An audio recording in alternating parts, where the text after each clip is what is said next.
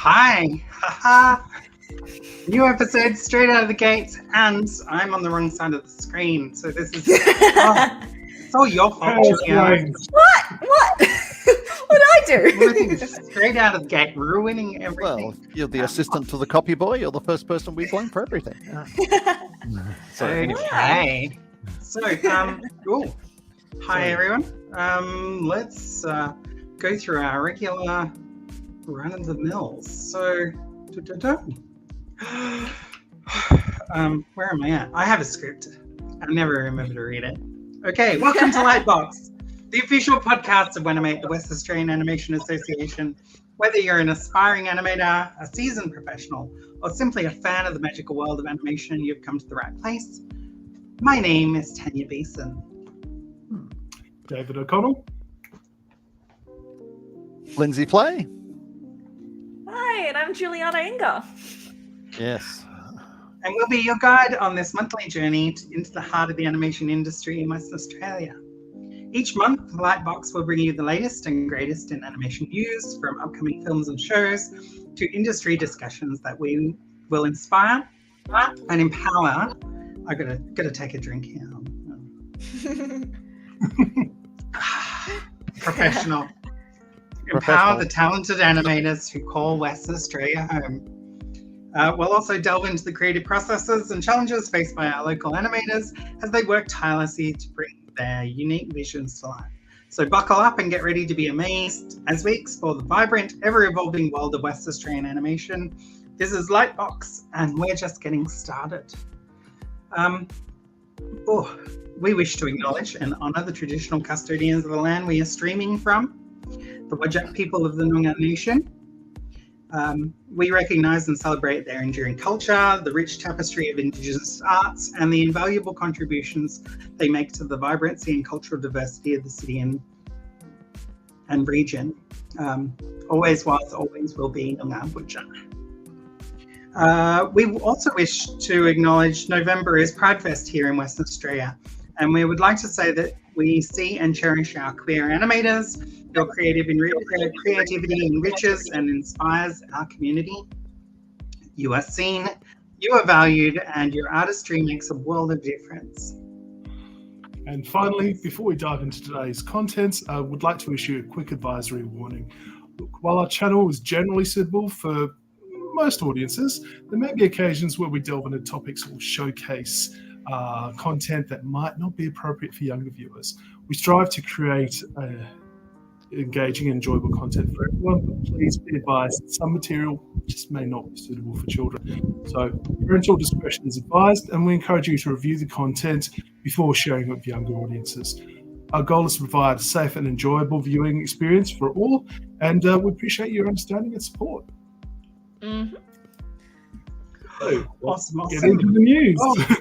Straight into the news. Yeah, well, let's talk about all the stuff that's going on. So, we'll start with Netflix. Oh, go back one. Oh, so sorry. Oh, jeez. I'm not sure about this Jimmy Olsen. Jeez. All right, so Netflix has significantly reduced numbers of employees in its feature animation division as part of divisional restructuring. So the layoffs represent about a third of the force, which happened on November 1st and have not been previously reported. Which sucks, really, seriously, the number of studios that are cutting down there. Like, how is animation still happening? Are they? It's like they rebuild studios for every production and then go through a shutdown.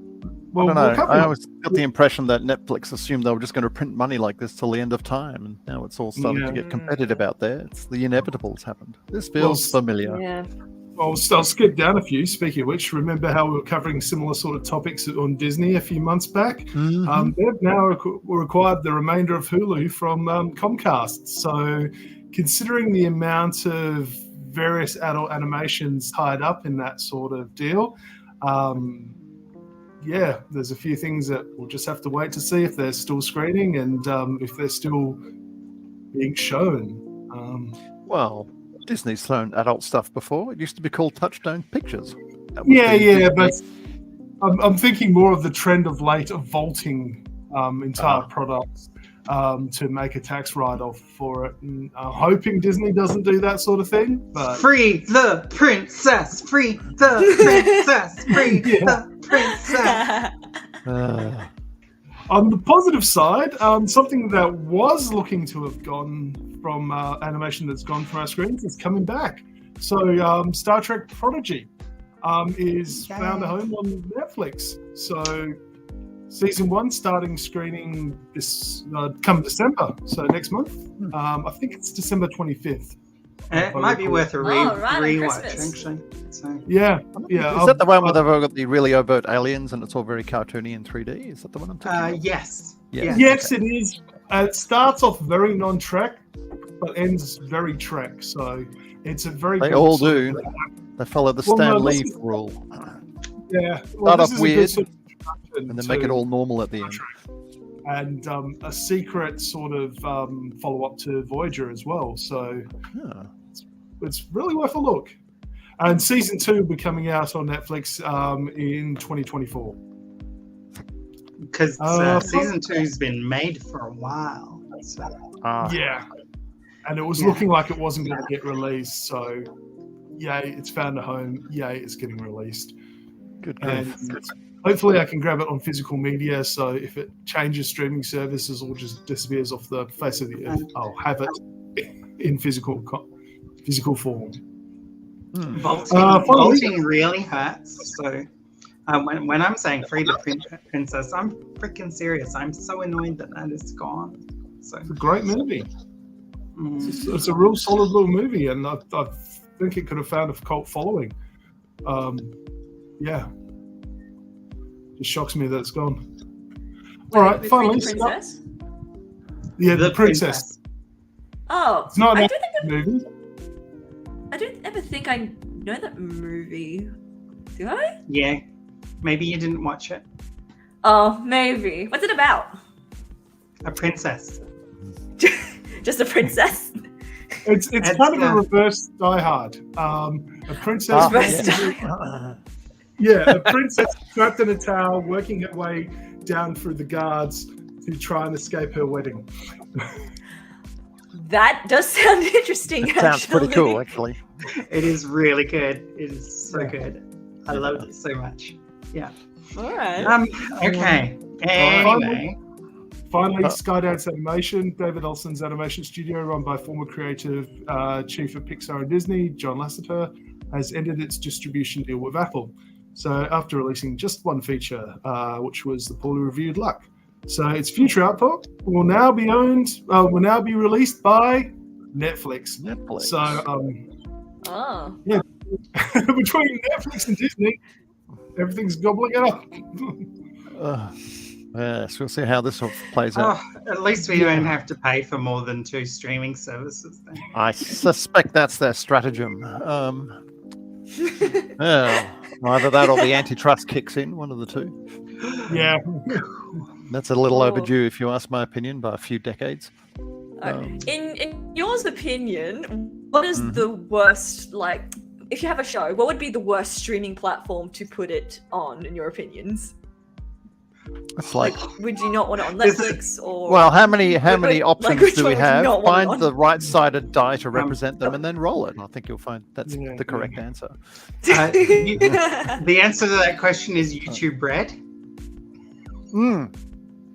Oh, I stand remember corrected. that. Oh yes, Yes. it was But very meta, I suspect. yeah. But anyway, What was the point of YouTube Red, actually? It just did What's all the the point of videos, YouTube? that's all it did. They did the same thing. It was kind of a stream. It was streaming. And there was a couple of shows on there that I watched. Was it Hanson Solves Crimes on Television? Yeah. I think myself, I'm inclined to start. I'm almost on the verge of subscribing to a thing called Nebula, which looks like all the best content that I've been looking at on YouTube. Nearly all of them have some foot in Nebula, and they're all asking for, you should come and join us. I'm thinking, you know what? I'm seriously tempted. I don't mind paying a stipend to to keep the locals going without the need for advertising. Sounds like a good thing to me. So.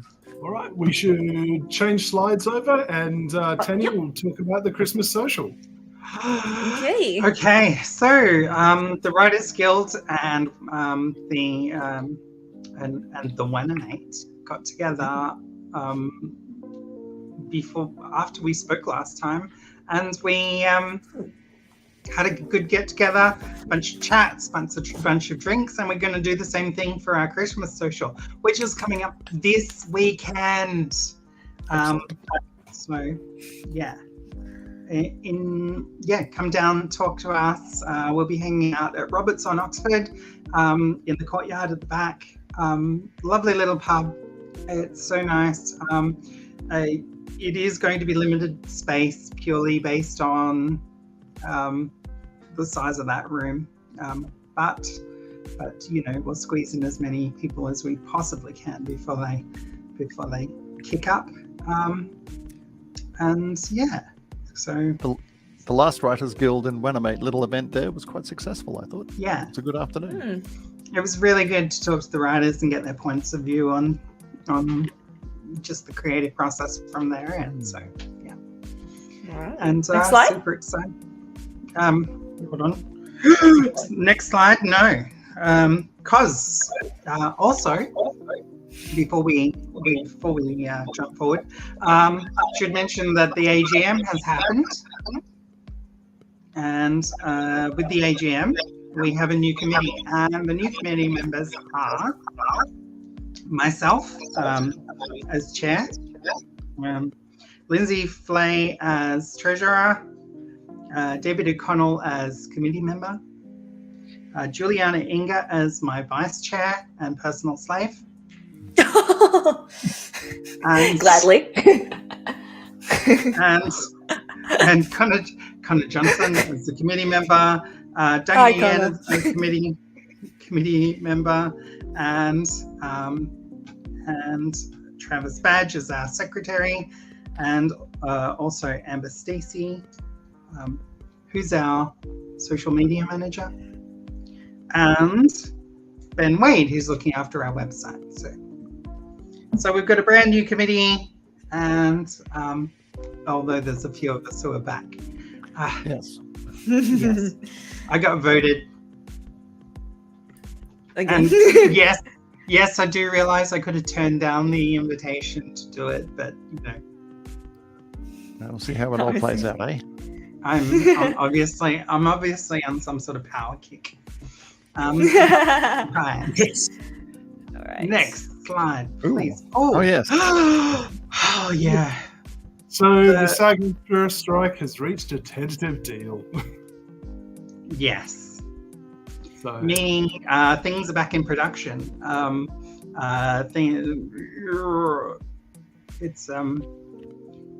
There was quite a stop on things. How long did it go for? Many months. The story I heard was that Netflix and et al. Were busy setting up the next round of reality TV releases. If any of you remember Jim Carrey in that Peter Weir film all those years ago, God, what was Yes. I think you're talking about The Truman Show, are you? The Truman Show. Now that came out 6 months before reality TV exploded across our screens. So there was a time before that, but it didn't exist. But essentially, the whole first reality TV explosion was a direct result of the actors' strike previously in the 90s. Mm-hmm. And so how did TV and all that respond? They basically started making films that didn't need actors. And so that's why we are beset to this day. It's a bit like, it's like from that day to this, we are beset with reality TV shows. Anyway, actors and writers went on strike. A lot of the streamers and a lot of other places were thinking, righto, reality TV time. You'll love it, everyone. And it turns out most of the people that do streaming didn't like it. And they started losing customers. They all started signing off and cancelling accounts. And suddenly, whoa, shit, there's Netflix and suddenly comes to the party. And that's one of the reasons I'm told it ended. They felt the heat. Otherwise, they'd still be going.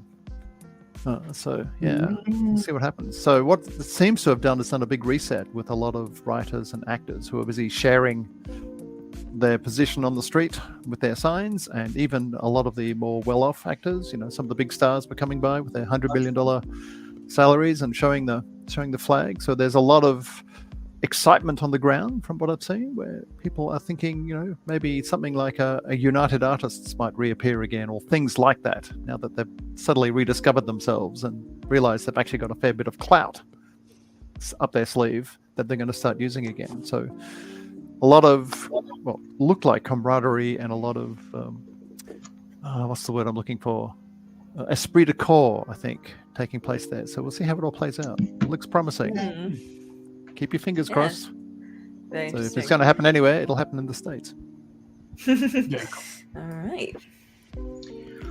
Okay, so a whole bunch of stuff's coming up in the next month. So next slide. Start with release today on Emojo.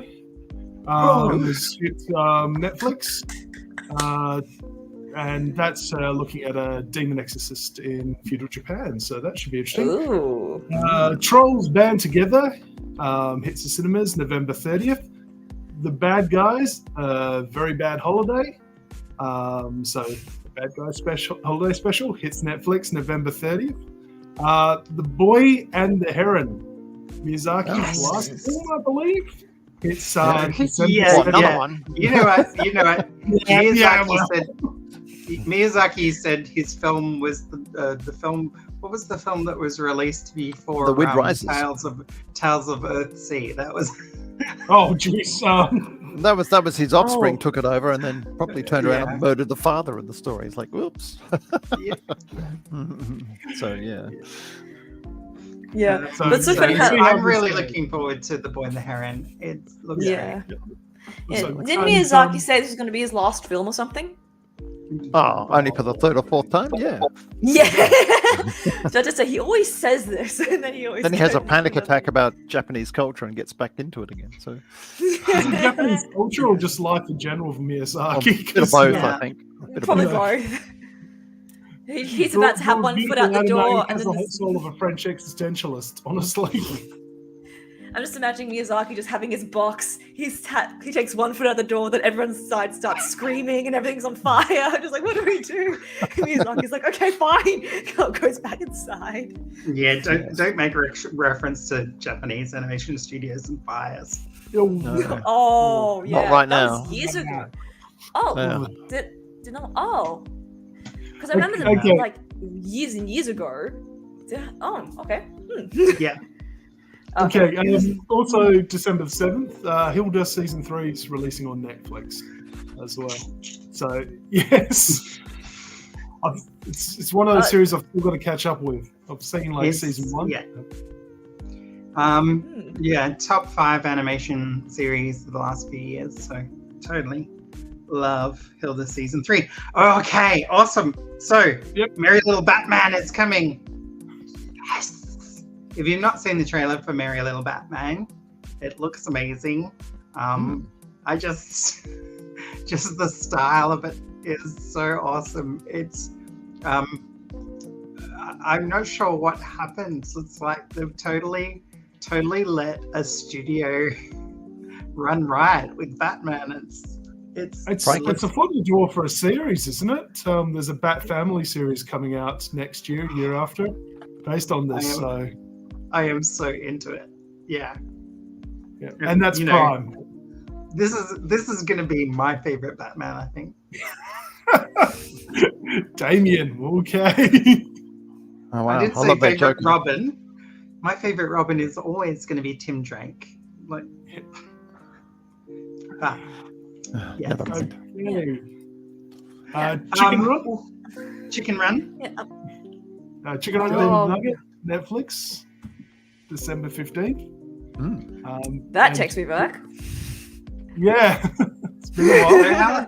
When was the last? Lindsay, you're the. I'd have to look that up. It feels like 5 years ago, which probably means 20. But just a second. For the first one. The last Aardman the first project. one was 2001, I thought. Yeah, it's turn of the century. It was pretty old. Well, it's over 20 years old now. That was Aardman demonstrating that they had legs in the American market. So they didn't commit to Wallace and Gromit until they put out a disposable film such as Chicken Run, and then when that did really well, they felt it was safe enough to release Wallace and Gromit and the Curse of the Were-Rabbit, which went down pretty well. Yay. So yeah, it was good. I remember that movie scared me as a kid. Really? Yeah, I don't know why. Oh, it's awesome. I was never great with horror. Anything to do with like scary stuff, I was like, no. Wallace and Gromit. Horror. No, the Curse of the Were-Rabbit part. Maybe when they're going underground.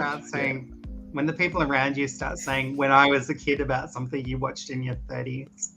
Oh, yeah. It's when they say it when they're in your 40s that you really have to worry. Yeah.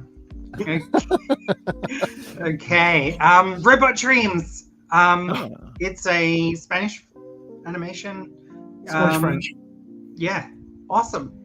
It looks amazing. Like, the trailers look fantastic. Very much up Tanya's alley.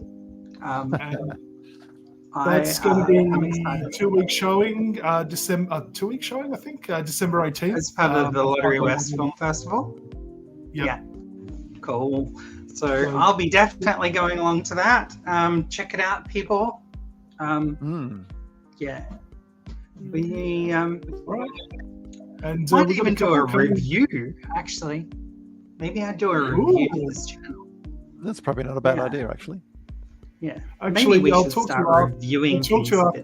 I'll talk to you after we finish streaming. I might have an option for you in that regard. Mm-hmm. Okay.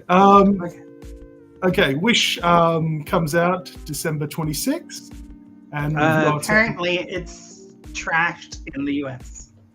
Yeah, and online seems to not like it either. So make up for that. Yeah, because people are saying that the animation style is really messy. That's the main argument, or one of the main arguments. I thought they were going for the old-fashioned 2D and 3D look. Yeah, I mean, didn't look very hybrid to me though. Yeah, because I think what it was the editing of the animation wasn't smooth. I think one of them, like, there's a scene when she's like has her hands on the table and then on her arms you can kind of see like a little bit of green screen or something like that. Ooh. Yeah. Yeah, something like that. It was like very pixelated arms or something. Yeah, so I think one of it was the editing and animation could have been way better or something like that. Yeah. And I think they were saying they were really trying to copy like Spider-Man Into the Spider-Verse kind of style, and it just didn't work. Well, let's put it this way. If your audience is suddenly spotting compositing errors in the middle of a film, that doesn't say very much for your film. Because, oh, look at those pixels, says your audience. It means you've lost them half an hour earlier. Yeah. That's it. Exactly. Yeah. Jeez, that doesn't sound good at all. Okay. Right. And Migration December 26th as well. So sounds like we've got a Migration looks cute. It's not really. Yeah. You know. It looks very familiar, shall we say? The ducks. The ducks look cute. Yeah. But ooh. Here we go. Okay. So we're at the end of the month. It is Pride Fest here in WA. For those of you who are viewing us outside, we're going to potentially talk about Pride Fest, about Pride, but we'll leave our Pride episode to the World Pride Month, which next year, and actually get some people from the community to come in and talk about their favorite animations and give them a bit more of a heads up. And since I've been so busy this month with all sorts of events, David took charge and led us into talking about some Christmas episodes. Well, it's our last show of the year, so because trying to organise something around the 25th or end of month in December, that's going to be herding cats. So yeah, I reckon we could do it on Boxing Day. Everyone just sit back with their bellies. Yeah. So I'm getting a bit of feedback coming through. Yeah. All right, so Who's not wearing? Who's not wearing headphones?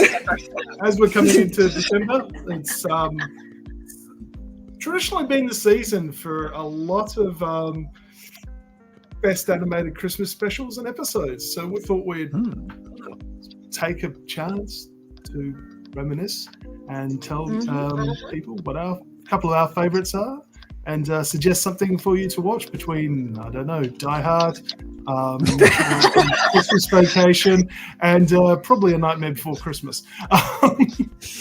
You're sparking up some quite controversial takes there. Not really controversial anymore. But yeah. But I still have friends in the US that still fight over like Night Before Christmas, if it's a Halloween movie, if it's a Christmas movie. It's both. It's both. Halloween, Christmas, and Thanksgiving all sit on pretty much the same month practically in the States. So. Yeah. I'm low-key sometimes kind of glad that like we don't have all those three in a row here, because like it's just one after another, and it's just like turkey and then this, and then you got to prepare for other stuff. It's just pure chaos. It's like just you're waiting for your wallet. You're waiting for the bus and nothing turns up, and then suddenly all three of them turn up at once. Yeah, and then you have to get off and then immediately run to the one behind, and then you have to get off and run to the one immediately behind. Yeah. Oh. But arguably most Hollywood films could be construed to be Christmas films because it's one of the big release dates for Hollywood, or used to be anyway, when in the more strictly theatrical days. Yeah, And we are seeing a lot more other genres embracing Christmas. We've had Violent Night recently. We're having John Woo's Silent Night coming soon. It's a Wonderful Knife. So horrors embracing Christmas. Action movies are embracing Christmas. It's becoming a very different genre. So sounds like the 1980s again. My mind went straight to the Hallmark movies for a second. Like those really cheesy rom-coms that's so over the top, but it's just so funny to watch. I actually read somewhere that this guy was watching a Christmas movie and then he fell asleep. He woke up and it took him like 30 minutes to figure out he was watching a completely different movie. That's how generic Hallmark movies are. It's like watching. It's what happens when ChatGPT starts, generating stuff with generic clip art. We're just not going to notice the difference with some things. Yeah. I have a funny feeling that a lot of that strike had a lot to do with stuff like that, as much as anything else. Yeah. Now, like a part of me wants to like find two movies that have like the exact same actors, but different genres. Like one's horror, one's comedy, and then make my dad watch one of them. He falls asleep, he wakes up, and it's the horror movie. And he has to like try connect the dots of how I got to point A to point B. Yeah. But yeah. Okay, so fun things you can do in the future of AI is plug actors in. I'm assuming there's going to be a state in our future where you can plug generic actors in and just change it and create your own sort of movie that way. I wonder if that's going to be a computer game thing where instead of NPCs, you just feed ChatGPT into something and it just looks at its library of stuff and then generates a scenario for you to unleash zombies in or something. Yeah. Actually, so just one more thing. That kind of remind me, in China, I think it was, they were testing out the very first 3D modeled actor. Just one model, and then that one model will be like an actor for multiple movies. And I was thinking, that's an interesting take. I don't know if I support it, at least at this time. I've heard that they're doing AI-driven characters as well. Yeah. I'm dubious at the moment. I suspect the locals will see through it too. But it's not the first time we've had virtual actors, though. I think the Japanese had a virtual Marilyn Monroe and a Humphrey Bogart many decades ago. It come and goes like 3D movies comes and goes. Yeah. So I mean Max Headroom. Well, he was makeup actually, but I get the point. There's a movie from, I think it's around about 2015 sort of period, called The Congress. with a significant animated section in the end of it, and it's actually looking at an actress giving her future over to programmed AI, basically, and the world as the world after that sort of case. So it's really, really kind of interesting. Worth a look. I might have to track it down again and give it a gander. Yeah, definitely. Anyway, right. we should Back get to back on topic. Yeah. Back to Christmas. Okay, so what we've done. Yep. So let's do a brief history of Christmas, and we'll lead with your example of all sort of Christmas specials. Charles Dickens, 1843, A Christmas Carol. So before TV, this story may have done more than anything, except for possibly the Bible, to popularise Christmas. It still remains one of those common archetypal stories associated with the genre. It was something that was reenacted, well, during Dickens' life. He often took to the stage to read segments of his work. It was reenacted in plays, and it's been one of those that's been made into movies how many times during the over a century of cinema? Yeah. Including the Muppets. Yeah. Well, it's arguably the blueprint for the modern Christmas, isn't it? Absolutely. The Muppets is the quintessential version. Yeah. Movies, TV shows, radio dramas, comics. Yeah. Even Barbie got in it, I'm pretty sure, at one stage. Yep. So it's really even if people aren't doing direct covers of it, there's often threaded into the storytelling anyway that it's almost the genre in and of itself. That someone will have to be confronted by either supernatural forces or their friends to realize the true meaning of Christmas this season. So which is consumerism if you don't know the answer. So we'll get to the 80s cartoons in a bit. Yeah. Right. Okay, so look, during the early days of TV, you had people like Perry Como and Bob Hope, and they'd work Christmas into the variety show episodes. So this is during the late 40s, early 50s, when TV was just finding its feet, and it's those sort of holiday specials were popular. Yearly things, and garnered a lot of popularity and imitations for it. So it became, by the 60s, a fairly standard sort of thing to have a Christmas variety hours as well. Show. And that went through to the heyday of the 70s for variety shows as well. You also started seeing it threaded into sitcoms and soap operas, etc. Things happening at Christmas. So because they're on a weekly schedule, that's right, they target those holidays and go through from that. So for our purposes of animation, 1962 saw the first animated Christmas special, which was Mr. Magoo's. I think it was Mr. Magoo's Christmas Carol, actually. If I seem to recall. That's a pretty good pick. That sounds exactly like Mr. It would have been mere months before that in the next one, but yeah. But perhaps for us, the most heavy memory of the lot is Rankin Bass.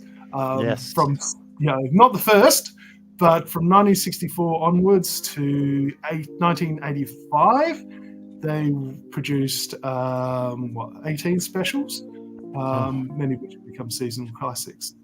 And a number of series and a number of movies too. So I was going to say we're going to have to do something about those two admin in the future and a show, because there's some wacky sort of connections made there. But those live action, those stop animation mainly, although there's both sorts of animation was only used as well, because they did do traditional 2D animation as well. That's probably what they're best known for, and they're one of the best examples of the Christmas special for animation. Of course, during the 80s, it became a pretty common thing for shows to have a Christmas episode around that time of year, and that included a lot of cartoons associated at the time. Now, I'm going to put on my Grinch hat for a moment.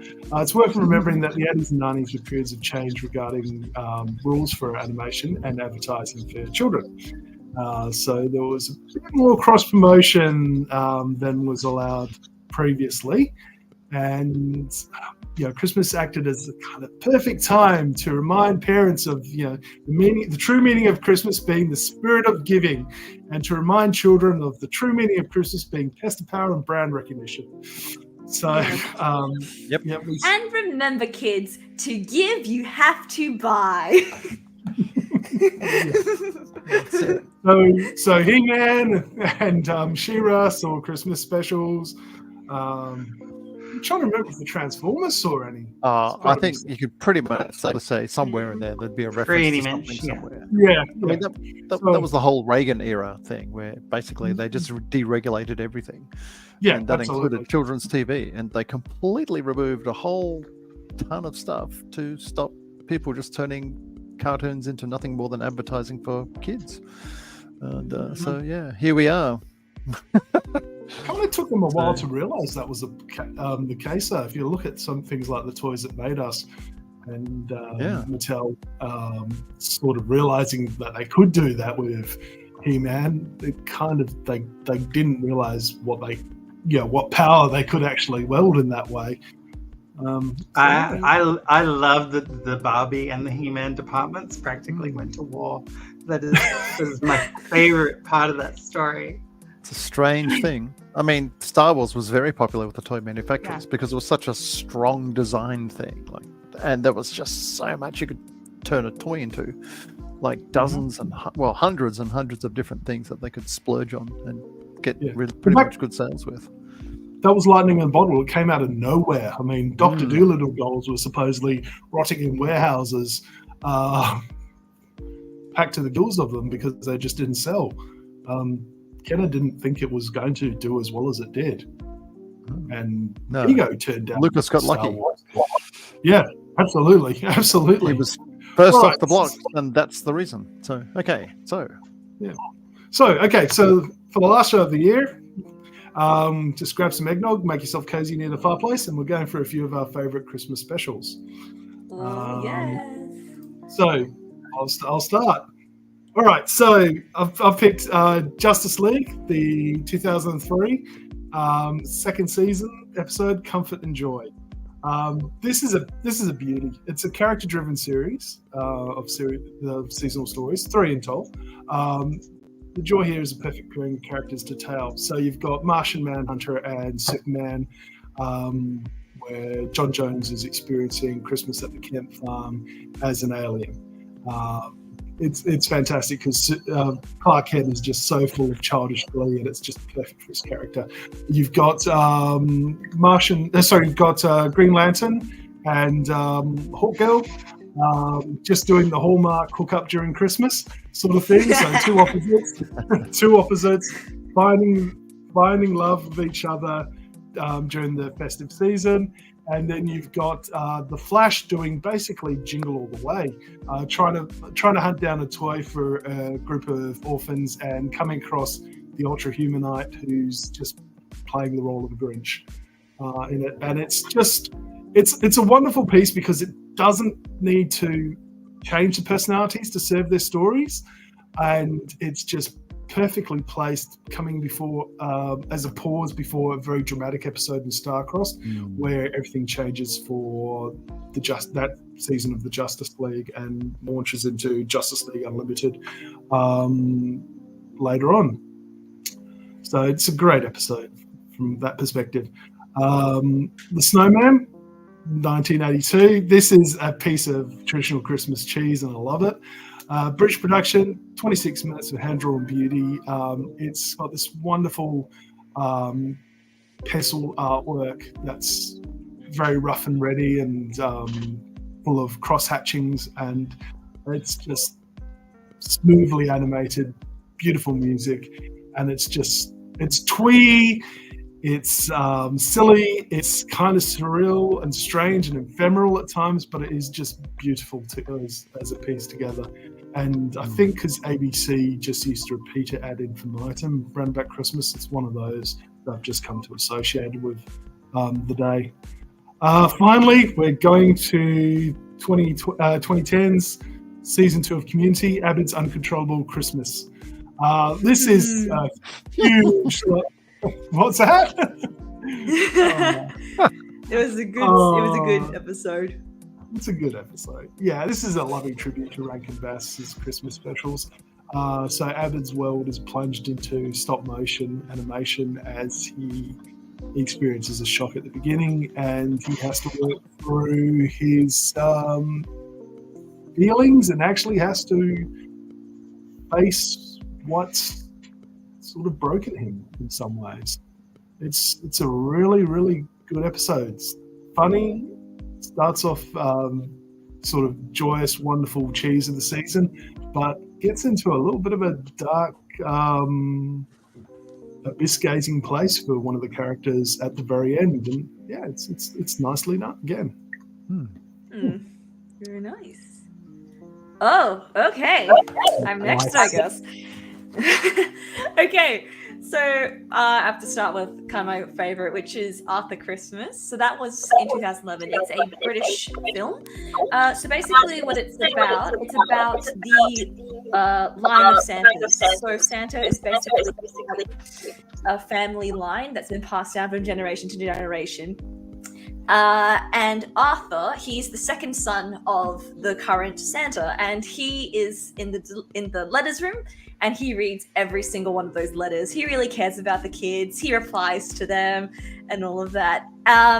So after this Christmas Eve, his older brother and his dad comes back, and it's also amazing, like the sled, it's like this big giant spaceship now as opposed to like this traditional red sled from the past. But Arthur, he finds out that one of the presents has not been delivered. So he and the elf that found it and his grandpa Santa, they take the old sled and they like go across halfway around the world just to get this present to this kid.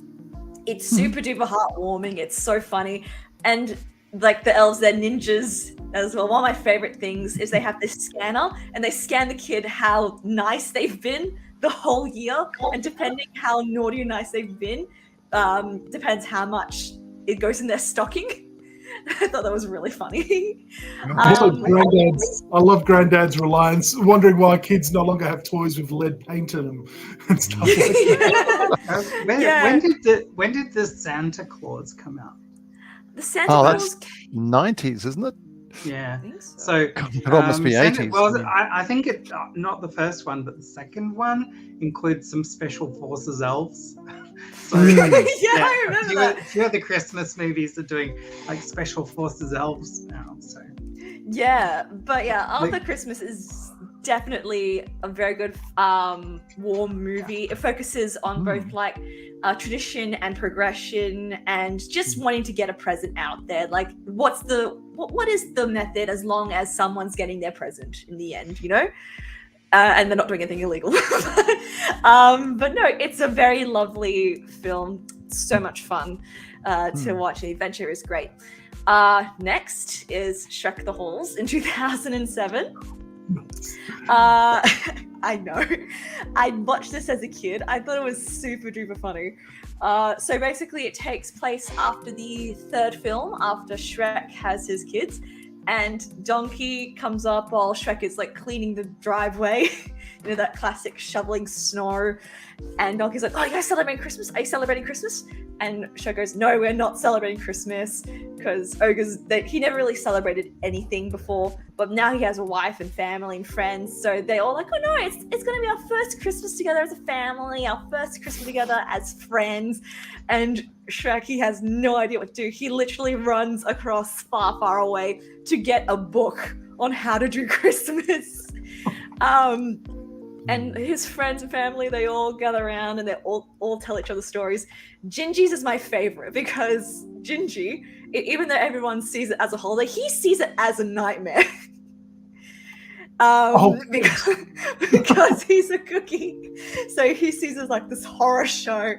And yeah, it's also another really, it's another really family friendly, like nice, warm soup for your soul kind of Christmas. Because Shrek, he just wants it to be perfect. But yeah, because of all the friends there, hijinks ensues, and it doesn't go as planned, but it's still fun in the end. All right, and then the last one, which was Justice League Action. This one, it is, where was it? Just get my notes up. Yeah, season 1, episode 46. This was in 2017, so quite recent. This is more aimed towards like 12 to 16-ish year olds, this kind of writing and style. So basically it's a bit more comedic than other DC properties. Green Arrow. Have you not seen Teen Titans Go? Oh no, don't talk to me about Teen Titans Go. So I grew up with Teen Titans, so whenever someone tells me Teen Titans Go, I cringe inside. Marketing-wise, Teen Titans Go is the best. I like both of them. Yeah, it took me a really long time to accept it, but the original Teen Titans will always have a place in my heart. So with this one, after the Justice League, they fight Solomon Grundy, and they go straight to a Christmas party that Green Arrow is hosting. And Green Arrow, he is like really frantic. He wants to make everything perfect because he wants to be friends with Batman, who is usually a bit of a Grinch around the holidays.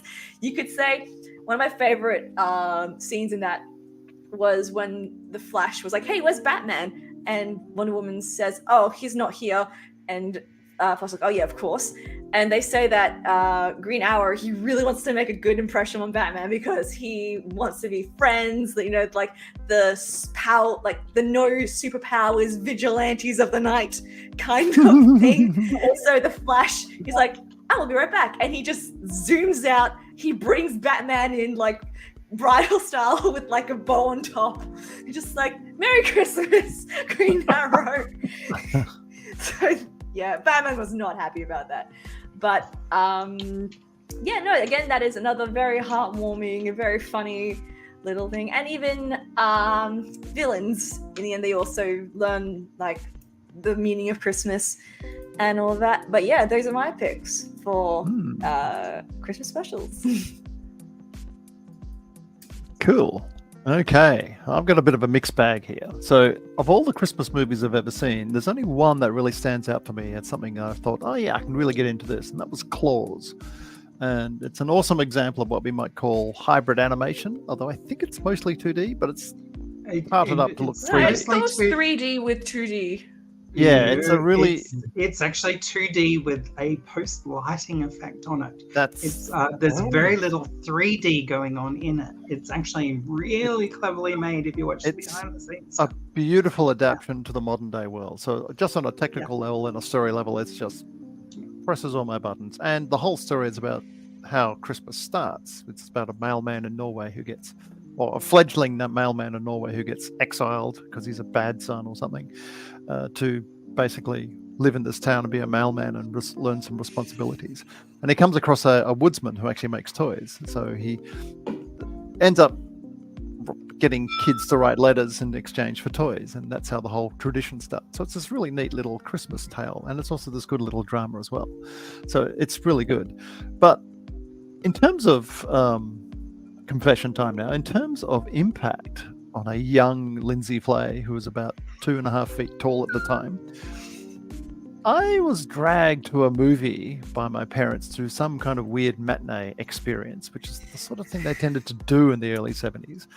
And I saw this odd film that had Santa Claus and Martians in it, and I didn't know what it was.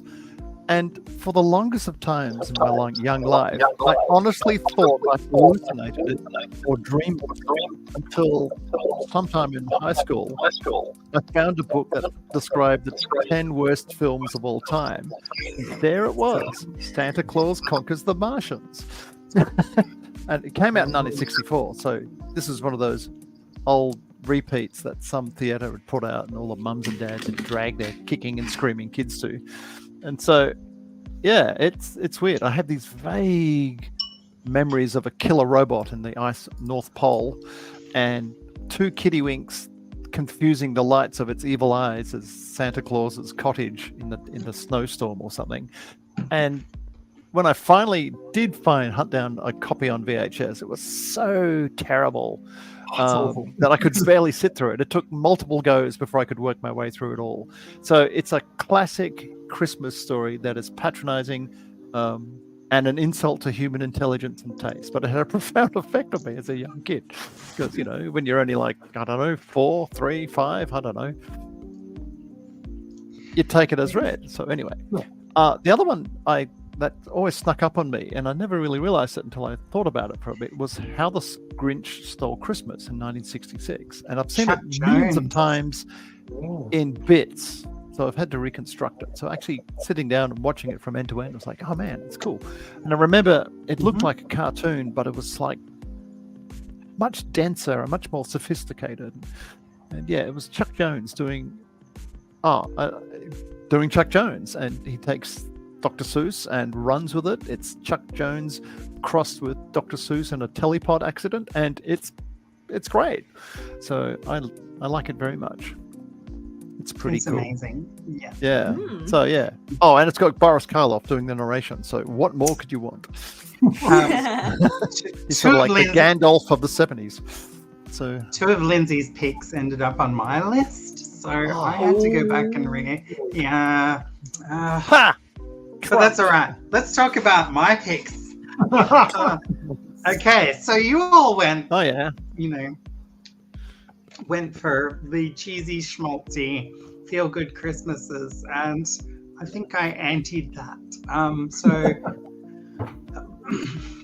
Of course, we'll open with the Venture Brothers Christmas, which deals with I can't remember. It's the end of the second season, I think. So the Ventures are having their picnic, Christmas party at the end of the year, and Dr. Orpheus arrives, and somehow Dean, one of the title, the Venture Brothers, accidentally summons a Christmas demon, which is the Krampus, and it's also deals with the B plot where the Monarch is trying to blow up Dr. Venture, which is a pretty standard thing across the. But it is pretty early on because Dr. Girlfriend is still Dr. Girlfriend, and she's still in her pink outfit rather than the honeybee outfit. So yeah. Oh, it's season 1. It's season 1. Wow. Yeah, season 1, episode 14, apparently. Okay. Interesting. Yeah. So episode 14. Is that just before the courtroom episode? Yeah. Anyway. Okay. Which is yes. Mecha Shiva, my favorite episode. Okay, so on to, from there, the second of the South Park shorts that came out before the South Park series is the Very South Park Christmas, which is essentially the boys in a really more raw form. They're all still animated with paper cutouts at this point, and the episode sees the boys pit Jesus and Santa against each other, each trying to decide who is more important at Christmas. So, and ends up with a fist fight between Jesus and Santa, and and yes, and it's bound to offend everyone out there. So, doing a South Park class. That's South Park offending everybody. But in terms of that, yeah, it is a much more raw episode. So it's not like something you'd see on any of the streaming channels at the moment. There's a lot more swearing. The kids' voices are not fully honed, so there's not much differentiation between them since Matt Stone and Trey Parker do all the voices. And really the only characters are the boys plus Santa and Jesus. So certainly like a 5-minute short if you can find it out there. So. Yeah. I remember they even brought it back with one of the South Park episodes when they replaced Kenny with Tweak for a while, and they were building another snowman, and Tweak has the carrot in his nose. It's like, I can't put the nose on. It's too much pressure. What if the snowman comes alive and tries to bite us? And Stan just says, Tweak, come on. When does that happen during that, unless the one time? Yeah. What does that the South Park Christmas episodes tend to be good, and they tend to pull a lot of from this first Christmas episode. So the Jesus versus Santa thing actually becomes a running plot line for the first few seasons. So on to our third choice there. Futurama, and of course everyone loves Robot Santa Claus.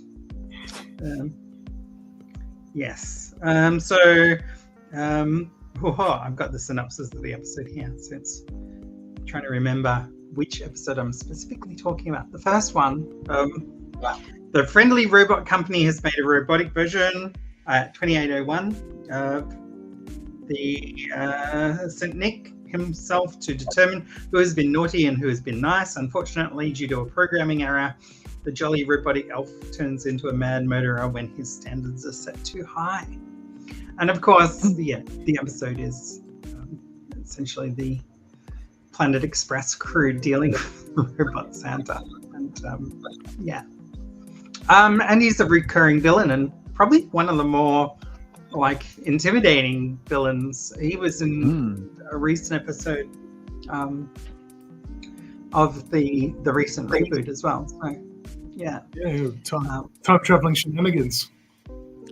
Time traveling shenanigans, indeed. But obviously there's a Bender plotline as part of that episode where he's trying to help destitute robots and of course everyone avoiding being killed by the naughty list. Yes. Dun, dun, dun. It's very cool. Nice. All right. To the end of our complete list of Christmas. Aww. Wow. Look at the time, which is odd as well. Under an hour. What's going on? Right on the some hour. Christmas magic. It is some Christmas magic. We don't go into an hour and a half episode. But, we are always open to suggestions for topics for the future where we expand on them. So if anyone wants to send us some stuff. We definitely need to do Tezuka episode. And because recently I binge watched Pluto. Oh yeah. I'm halfway through that. So good. So good. Yes. Interesting. This is also my first Lightbox. I was just wondering, do you guys also talk about gaming as well? If there's animation in it. Yes. What do you mean? How do you go into animation not having seen the episode? We all play games here. Look, we're seriously into animation. And what's better? Tanya getting up and pulling terriers are board we'll do animation. We all like getting immersed in it. And what's better than actually being in the animation with some agency as well? It's good. Yeah. But to answer your question, recently, our last episode was one about the games industry in WA. Oh, interesting. So maybe you should go back and watch some of the old episodes, Juliana.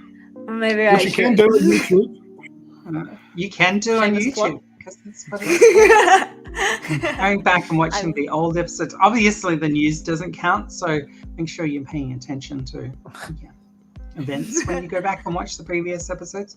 But yes, coming up, definitely need to do a Tezuka episode. Definitely we'll do a International Pride Month episode. We will, and you know, that requires a bit of research into queer animations, actually. Yay, Steven Universe!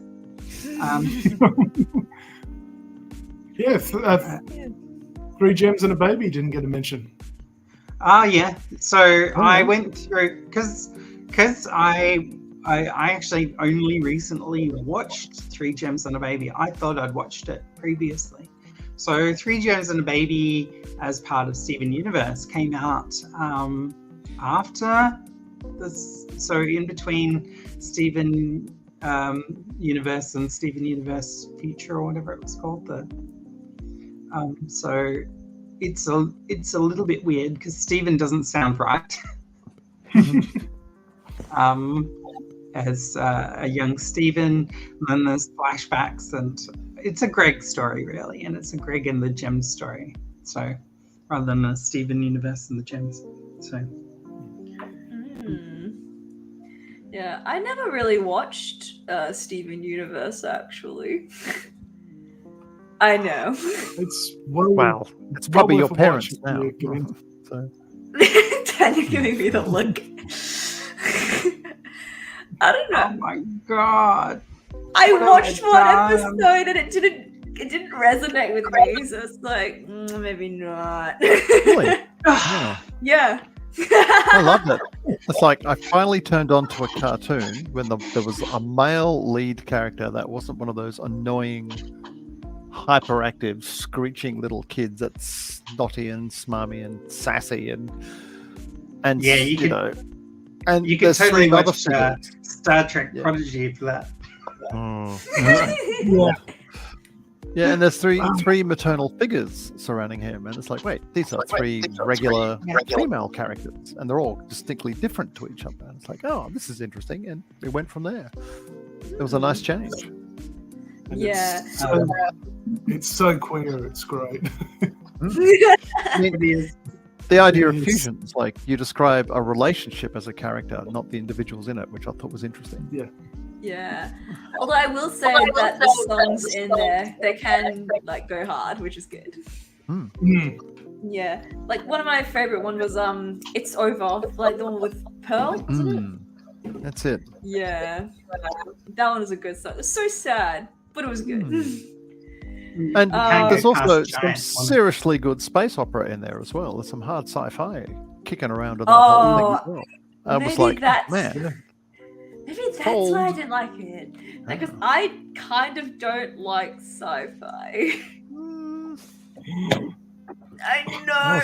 I was brought up on 70s sci-fi, and I don't just mean Star Wars. I mean, the early golden age of sci-fi was pretty much filled up of right-wing nerd power fantasies, really. In the 70s, sci-fi was a reaction to that. Yeah. Tanya's just ready to strike. Especially like Kayla Gwynn and that crowd, you know.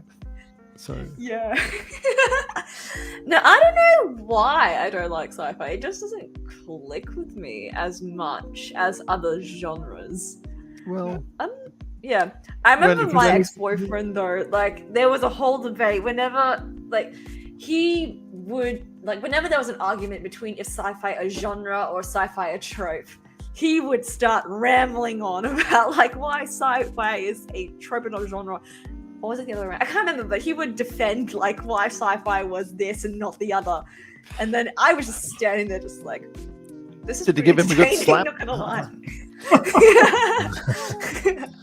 Yeah, the little... See, I mean, our vintage, I guess, my vintage, it's like when I wasn't being traumatized by Santa Claus conquering Martians.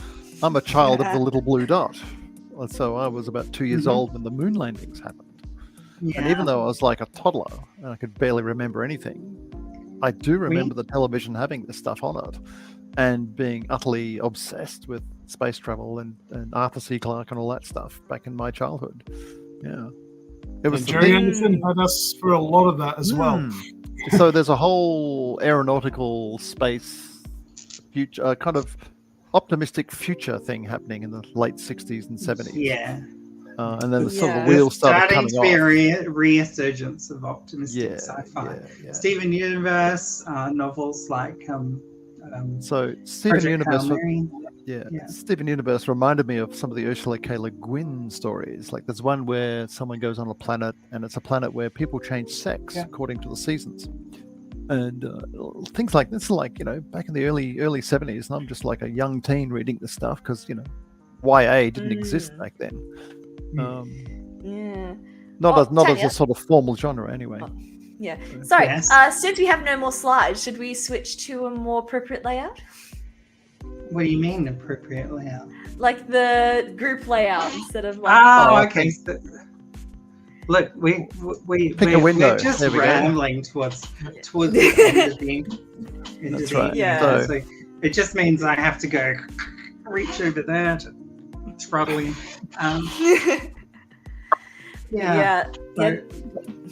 For me, the closest sci-fi I ever probably got close to was probably Big Bang Theory.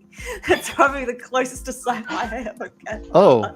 Oh, I'm so terribly sorry. Oh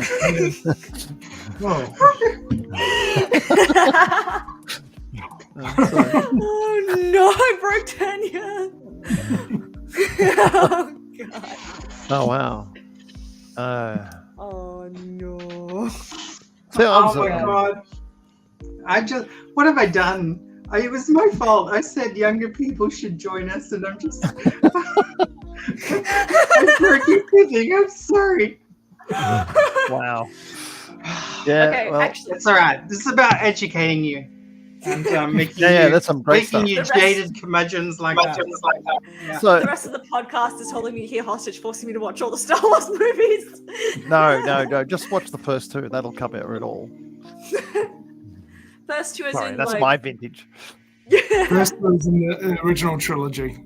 So First 4 and 5. Okay. That's episode 4 and 5 for those who need to know. Yeah, because I was about to say, if you were going to say first episode of the prequel or the sequel trilogies, even though I'm not a Star Wars fan, even I know that they're trash compared to... So Star Wars, I mean, for us 10-year-olds, well, 10 then? 10, 11? Star Wars changed the cosmos, basically. It was like back in the day, when Australia would get movies 12 months after everyone else, and we'd get these scratchy old leftover prints. It's like, you think about it now, it sounds like granddad walking 20 miles through school type bullshit. But yeah, so Star Wars came, and all the rich kids in our school who could go to Disneyland and do all that sort of stuff all came back with these wild-eyed tales of this crazy movie. And so for 12 months, the hype built and built and built and built. And to our astonishment as kids, it lived up to it and then clearly blew through the roof. And nothing was ever the same again, because up to that point, kids were relegated to things like Rankin Bass and Santa Claus Conquers the Martians, right? You get dragged off to this freaking matinee by your parents and stuck inside this patronizing thing that assumed you're a little idiot. And so suddenly, you're no longer on the little table in the corner getting fed fairy bread and little red sausages and tomato sauce while the adults get on with the real business of having fun, and you're there to be seen but not heard. Suddenly, movies stopped being adult entertainment, and every single film that came out after Star Wars seemed to be made for some kind of mythical 12-year-old boy. And so the whole 70s, 80s thing after that turned into this kind of really weird juvenile thing. And what you sort of see now on the internet is sort of like 40-year-old juveniles still kicking around thinking that's the norm. So that was the weird thing. And it changed the whole media landscape. It changed how everything was marketed. And then shortly after the 80s happened, suddenly cartoons changed. So it was pretty big. Yeah, I will admit that Star Wars definitely did change the playing field in at least... the film and screen industry back in the day. I think, when I look back on it, I think Star Wars was the first movie that actually explored a sci-fi premise outside of Earth, while every other one before that was mainly like focused on Earth. Sort of. Kind of. I mean, in from Hollywood, what I it was know, always from on what I Earth know. because Hollywood didn't like science fiction and didn't take it seriously. A lot of other places did, like the French took it pretty seriously, and the Soviets did. And so, you know, people like the Soviets back in the day used to treat it as a form of metaphysics. You know, so they'd get into things like Solaris, and you look at Solaris, and it almost feels like a religious treaty in some cases. Yeah. And then Roger Corman would rip them off. Oh yes, Put it in an American film and make it absolute crap. So most of the American films, when they were talking about science fiction, were tended to be dystopian. Everything's going to hell. We're going to starve to death, or ecological collapse, and all that stuff. And then Star Wars changed the whole mood, and then Reaganism after that changed it even again. So it's a weird time. Yeah, I remember when I was at uni, we had a course where we actually just sat and watched movies. And then after that, we would go through and discuss. It was such an awesome class, honestly. Like, we would discuss the genre, then we'd watch a movie that was famous in that genre, and then we would go back and discuss. We watched Solaris, actually, for sci-fi time. That one was lovely hedgehog. But yeah, that one was it's different. It was very different. Although when we studied French New Wave, oh no, I'm still doing that, are they? Oh. Yeah, we watched what was it, Alphaville? Oh, that's all right. Alphaville, did they show you Breathless? That's the classic one. No, we talked about Alphaville with that one, but Alphaville, I nearly fell asleep. I was just like, I don't Welcome to movies made for grown-ups. I've got one version of it still in the wrap, so I haven't opened it yet. Oh no! It's almost like a giant student film. They shot in Paris at night because they couldn't afford sets, basically. But you wouldn't have Blade Runner if you didn't have Alphaville, so you know. True, they make an interesting double. Yeah. Then you can lay bets on which film's slower than the other. So. Yeah, I just remember sitting there in my seat, just like, let us go over. I want to fall asleep. Don't fall asleep. Please don't fall asleep. Look, I'm a science fiction fan, and I saw it in the 80s, along with Blade Runner around the same time as a film student, and I remember similar feelings of... Yeah. Occupy. What? Oh, it's Alphaville talking. Yeah, right. Yeah. And I just remembered... what else about Alphaville? Like that robot as well. I think they said they got a smoker to come and do that voice. The gravelly voice. It's not a robot. It's just a gravelly voice. A very gravelly voice. Yeah.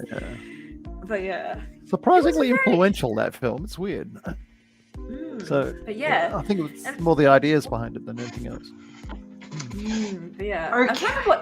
Oh yeah. Sorry. Go ahead, Tanya. Yeah. No. I was just going to start wrapping us up because we could talk forever. This is why we have a podcast. True. Yes, it is great. We have a podcast. Controversially, I'm going to say that Star Wars Episode 4 isn't even a good film. It's an enjoyable film. Not. But I don't think it's a good aged. Film. Yeah. It's full of old white guys. It's amazing. Technically, there's only one good Star Wars film, maybe two. But yeah. Pretty much. What would those be, Tanya? Empire Strikes Back and Rogue One. And I know I'd be crucified for saying those. I don't think you're entirely off the mark. I would have said 2.5. The first one for the impact it had more than anything else. I mean, it's aged. And even when we were in high school, there was this perception that Star Wars was quaint, but it was old.